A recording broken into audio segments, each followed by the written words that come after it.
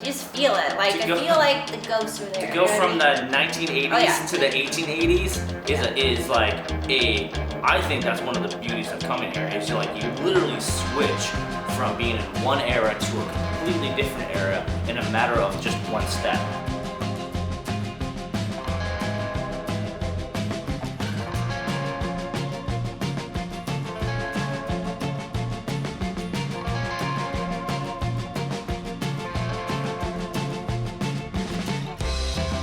My name is Kiko.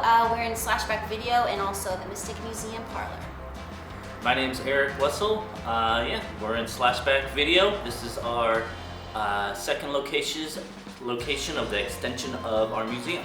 Mystic Museum started off as a museum of primarily mysticism, collectibles, and antiques. Our goal was to actually have a museum where you could go see things that you haven't actually seen before in the realm of mystical, occult, collectibles, and so it kind of branched out from our original oddity shop, Bearded Lady Vintage and Oddities, based off of the collections that we started accumulating.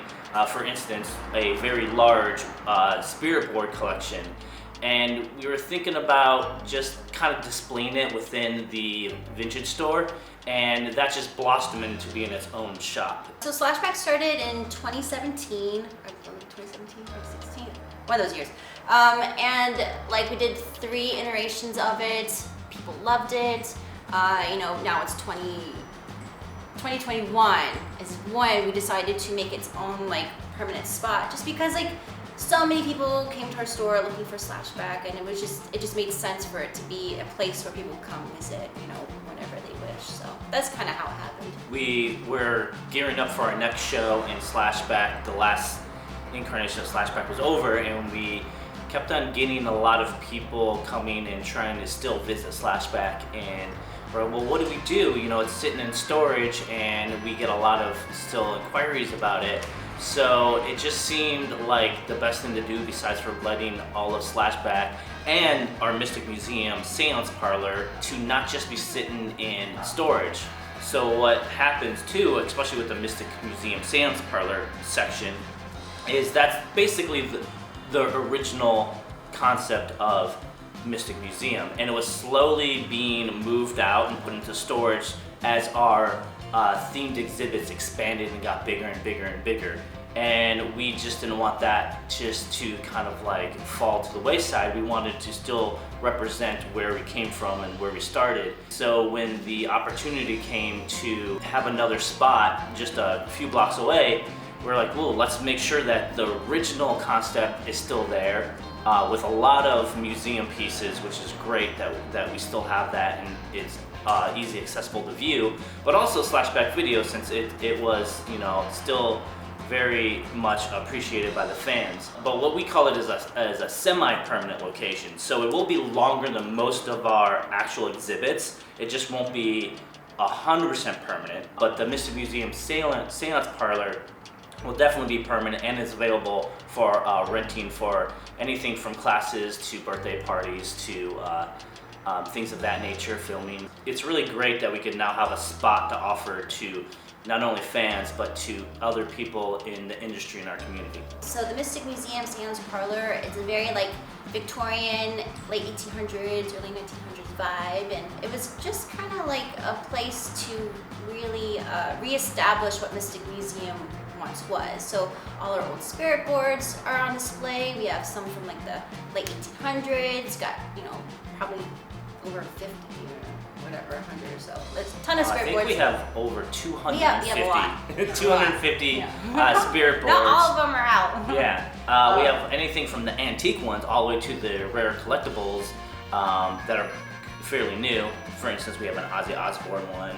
We have an Elvira one, Kurt Hammock one that's actually signed.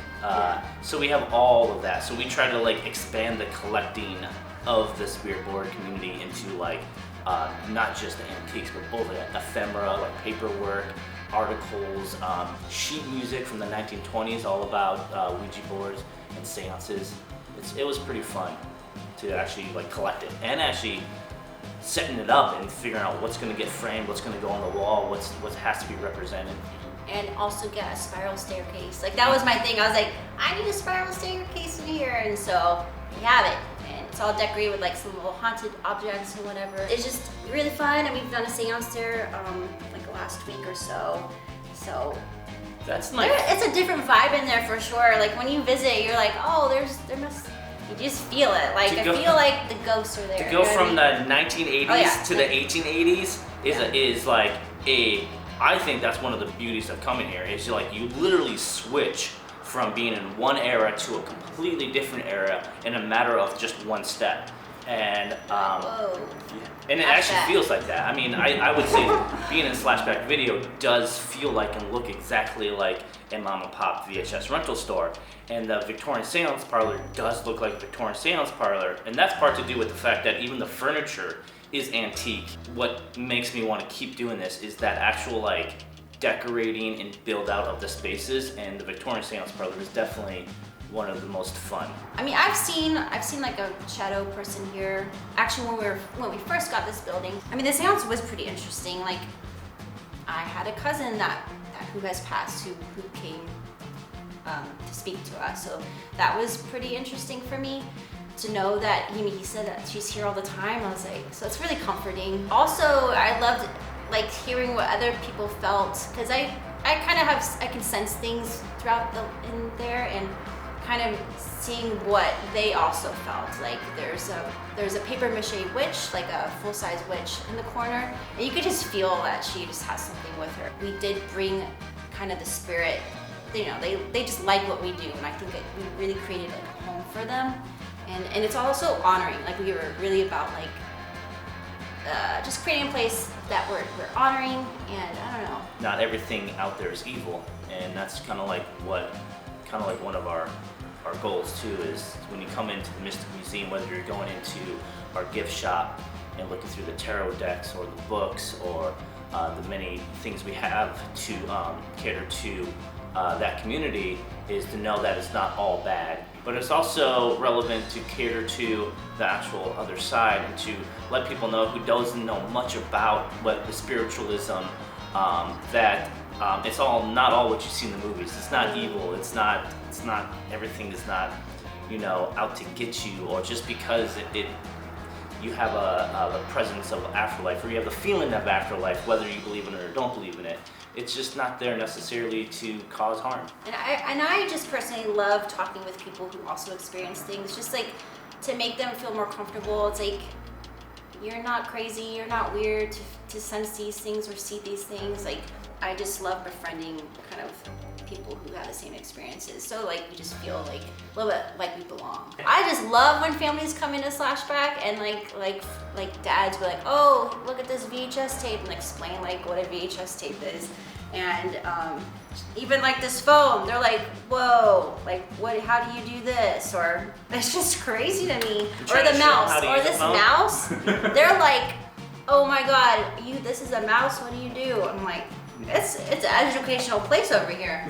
I would say we have a huge clientele base for Slashback Video that used to work at VHS rental stores. And that's pretty bad. And so they definitely bring their kids and show them what it was like and where they used to work. And I remember, you know, decorating it and kind of like creating the space, and I was modeling after an old store that I used to rent VHSs from in Garfield Heights, Ohio, actually. A lot of the color scheme was based off of that, and just having that like nostalgic feeling of being like, oh wow, this feels like that place I used to go to. And I think everyone else that comes in here that remembers that 100% feels that feeling. And I would say someone will come in here and then come back later just to show their friends or show their kids or family members. And it's really amazing to kind of like be able to create a space that you could get engulfed in. When you went to a video store, for the most part, especially the horror section, if it never made it to the big screen, was you're picking it out based on the cover art. The art, yeah. You don't have that experience anymore. Like, you know, it's like a lost. Well, I remember picking Garbage Pail Kids, the movie, when I was younger, and I got yelled at because I didn't like it. I had to go back and return it. It's just like, and that's not even the goriest movies that are out there. I think personally, based on not just the the movie itself and the nostalgic aspect, but like the art, the cover art, and not to mention the previews that are at the beginning of each movie. If you still have an old VHS, you instantly get thrown back right into that time it was released based on the corresponding previews and what was coming out or what was coming out on VHS. And so the whole like vibe of just watching a VHS like really just kind of gives you comfort. We do have our rotating exhibits, and the last one, some of you might know, was the Evil Dead 40 Years of Fear, where we celebrated Evil Dead's 40th release in the 40 years of it being released in the movie theaters. And that was a great exhibit, and we just recently closed it. So people are asking us what's the new one, and actually this is probably the first time we're saying this out loud. It might be announced before this comes out, but we're actually doing a whole exhibit based on 90s slasher movies. So rad. It's going to be amazing, and the photo ops and the displays that we have planned for it are going to like going all out for this one. It's going to be amazing. Also going to throw in some deep cut horror movies in there as well. It's going to be really awesome, all in the 90s themed. We'll have our own branded merch for it as well. So you know, if you're really into 90s horror and slasher, I think this is going to be like epic. It's going to be really fun. All interactive. We do have these now things where you could get these little sensors to be a little more interactive in the whole experience. So that's really fun. The sensors for this one, we are coming out with like a really cool like item that you get with it that I think everyone's gonna love as well. We'll just keep it a little bit secret for now, but I think if you like 90s slashers, you're gonna want to come. Yeah.